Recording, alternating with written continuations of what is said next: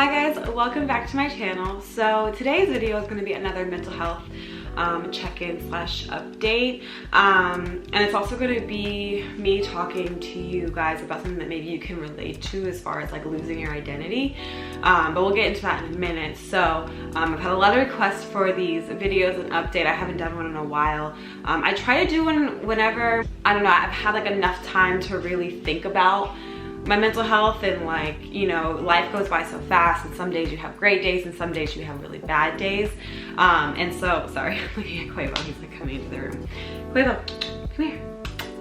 Sorry, had to go a bit at least.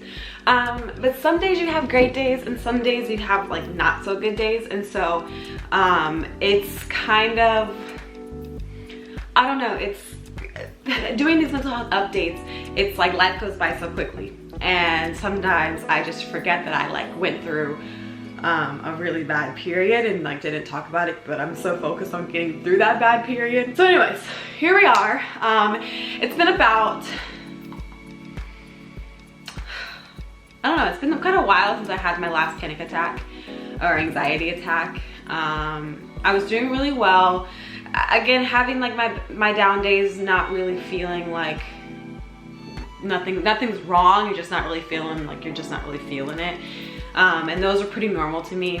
I have them almost at least every week, once or twice a week, maybe more.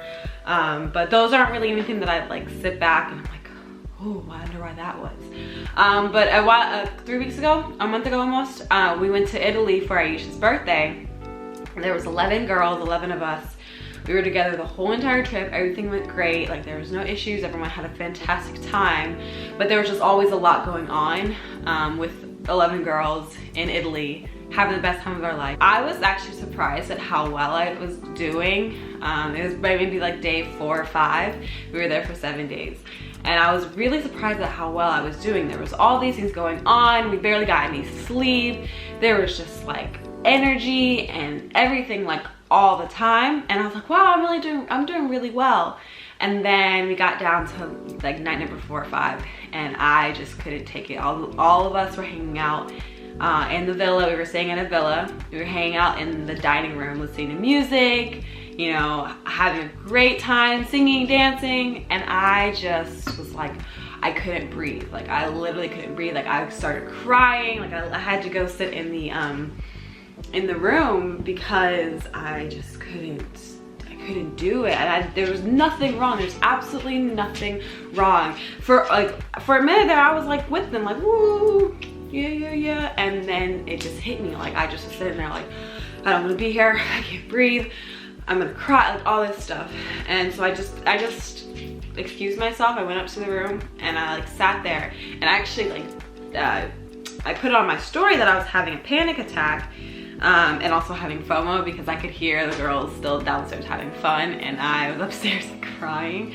But like, that's what I needed to do. Like, that's what I needed to do to calm myself down and, you know, not be like having an anxiety attack in front of everybody. And then I was sitting in the room listening to music, I think just kind of like trying to decompress. And I had some of the girls came up and asked if I was okay, and that made me cry even more because like I felt stupid. Like, I'm fine, there's nothing wrong with me. I couldn't breathe, and like I was shaking, and like my head was dizzy and all this stuff. And it was just, for me, I know that it was just too much. Like, I know that I have my limits to how much craziness, not in a bad way, like good crazy, bad crazy, whatever. I know I have a limit of how much my mind can take. I don't like being in large crowds. I don't like being around a lot of people all the time. I'm a pretty even-tempered person as far as like my moods. Like, I'm not like hyper all the time and then like 24/7. Like, sometimes I'm hyper, sometimes I'm just like really chill and don't want to do anything. Again, I feel like I'm talking in circles, but this is kind of me just decompressing to you guys to show you like this is what you need to do, talk things out. And so that's what I'm doing here. If you guys are kind of lost, I'm just talking things out. But so that was like my last anxiety attack for like literally no reason. It was just too much. My mind telling me like, Sydel, you gotta come back for a second. I can't take it right now. It's a little too much. Just need to calm down. And I listen to my body. You know, that's what's important, is that you need to listen to your body before you get to a point where like there's no return, where you're just like really going crazy for no reason. Like not for no reason, but you're like going crazy and you can't stop. You can't get out of the crazy. So definitely if you feel yourself like shortness of breath, you're in this environment that you're not really used to, you think that you can take it, you think your body's doing great, and your body tells you like, your mind and your body tells you like, no, we've had enough. Listen to your body, go take your time, decompress, meditate, pray, listen to music, sleep, whatever you need to do to get yourself back centered and stable and, you know, calm. That's what you need to do. That's what I need to do. So that's kind of like the only thing that I really, my only panic attack. And I'm kind of downplaying it. I know it sounds really stupid. I feel like it sounds stupid. But in the moment I thought that like my life was over. Like I was gonna die. It sounds dramatic, but that's kind of the truth. That's what I felt like. But anyway, so the next part of this, what I want to talk about is kind of losing your identity and what that can do to your mental health. And it makes me kind of want to start crying, because I don't even know why I'm crying. But I still don't know what to do about it. So me talking about this it's not saying I have the answers, because I don't. Like I struggle on a daily basis with this and finding my identity after feeling like I knew who I was for so long. I was a volleyball player for 13, 14 years. Like that's what I did. I played volleyball, I played sports, and I was an athlete for 14 years. I played sports. I had one main goal. All my friends were athletes. On weekends, sorry I can't hang out. I have volleyball games, sorry I can't hang out. I have practice, you know, like all the but all the reasons that we just, as athletes, just throw ourselves into our sport. And I'm talking about sports because that's what I have, that's what my thing is, but this could really be anything. It could be a relationship, it could be your job, it could be your family, friends. Like you could really devote yourself and put your whole identity into one thing.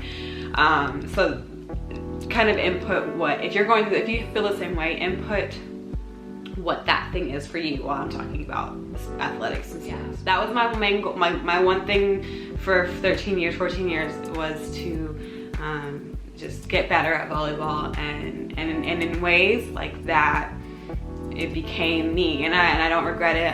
I think that's what I needed. I loved every part of it. And then once I went to college, I did it all through college. It got me through. I don't know why I'm crying. Well, I don't know I'm crying because it's hard, but I didn't realize how bad my mental health was until after I stopped playing volleyball. I knew that I had some mental health issues. I had anxiety, depression, like all that stuff when I was playing volleyball, but like, and although I did go to therapy as well, like volleyball in college, this is when my mental health really started. Volleyball saved my life. Like God placed volleyball in my life to help me heal and help me get through some of the hardest things ever. And so there's so many things that go into that as well. Like you're playing a sport, so that gets your adrenaline running and the endorphins are known to help with anxiety, and working out in general, sweating is known to just help anxiety and all that kind of stuff that I personally deal with. And so I had that, like I was going through like all these things in college, PT, like everything that I went through. Concussions, bad relationships, pressure, stress, all of that stuff. Volleyball helped me get through that, and it was my identity. It was who I was. And then as soon as I crossed the stage, well, actually, as soon as I got that 5th concussion, it was over. Like I was no longer a volleyball player, which means that I was no longer who I thought I was. And I knew that eventually, like that time would come where I would have to let it go, but I don't think I wasn't preparing myself, nor was I prepared, or like no one prepared me for the life after. And like in my family, like I'm the first one out of siblings obviously, to not continue professionally in the sport. And so I kind of had to do this on my own, like figure it out on my own. And with my mental health and all that kinds of stuff. And I just like stopped playing volleyball cold turkey earlier than I thought I was gonna stop. It just kind of really hit me like a truck. And I realized that I needed to find recently, like this is like a recent thing, I've actually been focusing a lot more on that as well. Like it's becoming a passion of mine to eventually one day be able to help athletes who won't make it to professional, who aren't going to go professionally, because I think the stats like 1% of college athletes play professional sports in general. I don't know if that's changed, but like to my current knowledge, it's 1% of college athletes make it professionally. So the rest of us 99 who have devoted and lived our lives for this sport and for the sport that we played, some of us have a rude awakening if we're not prepared correctly. And so I don't have the answers. I don't know. I feel like as soon as I crossed that stage and got into the real world, I was a baby. Like I had to figure out who I was going to be. And I know for a fact that I am not the only person who feels like this. I know for a fact that when we devote so much of our lives to one thing and that one thing is just over, we have to start over. We're a newborn baby in a big world, and it can really mess with a lot of people. It messes with me. Like I don't have an outlet. Volleyball was my outlet. I don't have an outlet anymore. It was a way for me to kind of self-medicate in a way, and I miss it, and I need to find something. Like to be an outlet for me to be able to go and just just kind of like what anxiety, what depression. Like as soon as I stepped into the volleyball court, pulled my knee pads up and was like first serve, first set, like I'm good. Like nothing is happening up here, out there, nothing is happening.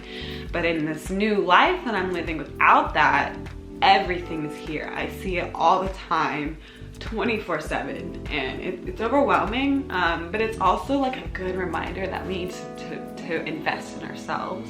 So that's what I'm working on in my life right now. I'm working on trying to find an outlet.